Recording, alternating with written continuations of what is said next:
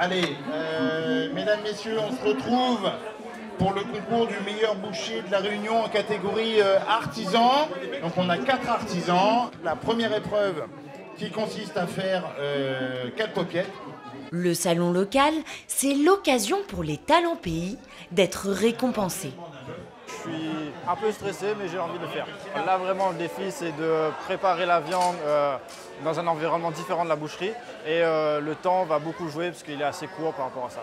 Quand c'est une compétition, c'est une compétition. On donne tout jusqu'à la fin et on voit la suite après. On démarre avec un petit peu de retard, mais c'est parti pour 45 minutes. Bon courage, messieurs. La pression se fait sentir. C'est un meilleur ouvrier de France qui les départage. D'ailleurs, il se réjouit de la production de viande pays. Je suis forcé de constater qu'on a une vraie mise en avant du bœuf pays. Le Réunionnais travaille de la viande de la Réunion. C'est souvent né, élevé et abattu à la Réunion. L'outil d'abattage est aussi très performant. Donc c'est ça qui est hyper agréable ici, c'est une vraie valorisation du terroir. Et tu es sûr que concrètement, la bête que tu manges, concrètement, elle a été élevée au pire à 2 heures de chez toi. Mais il y a une vraie proximité, c'est hyper agréable. Allez messieurs, c'est fini. Eh bien écoutez, on peut les applaudir. Alors, on met ça en vitrine. Un concours proposé sur le salon par la RIBEV, l'association interprofessionnelle du bétail, de la viande et du lait, qui réunit nos éleveurs locaux. Il y a 800 éleveurs de porcs, de bœufs, d'éleveurs laitiers, de lapins et de volailles. On a plus de 3000 emplois directs, entre la production, la fabrication d'aliments et également les outils de transformation. Mais on est déjà à 40% de part de marché, c'est une très belle réussite. Et donc depuis 50 ans, on travaille tous ensemble pour accompagner l'augmentation de production, mais aussi et surtout accompagner la rémunération de nos producteurs. C'est vraiment un prix qui est stable du 1er janvier au 31 décembre et qui est accompagné par des dispositifs interprofessionnels. Et ensuite, on discute des opportunités de marché et on essaie de voir comment on peut mieux les conquérir. Donc on est encore dans cette étape de on prépare l'avenir pour quand la production sera là.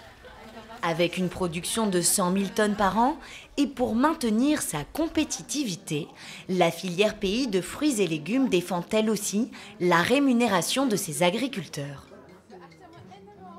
L'actualité en ce moment chez la RIFEL, c'est la défense du programme POSEI et des subventions, qui est quelque chose d'extrêmement stratégique pour l'ensemble des agriculteurs. C'est le programme d'aide qui a été développé par l'Europe pour aider et contribuer au développement des exploitations agricoles sur le marché réunionnais. Les fruits et légumes sont concurrencés de plein fouet par les importations d'autres pays et que pour arriver à avoir un prix qui soit le même en marché, on est obligé de subventionner beaucoup plus les produits locaux. Consommer localement, c'est participer à l'économie locale, donner des emplois et faire en sorte que la Réunion puisse aller de l'avant. Consommer local, oui, mais il faut d'abord produire local. C'est pourquoi, lors du salon, les acteurs économiques mettent sur la table le projet de souveraineté alimentaire. Une perspective qui nécessite l'implication de l'industrie sucrière, première industrie de l'île. Il faut vouloir tendre vers la souveraineté alimentaire parce que je pense que les Réunionnais sont bien conscients. On ne pourra pas planter le blé, le tournesol, le soja que les Réunionnais consomment à La Réunion compte tenu de notre relief, du climat et de la taille de l'île.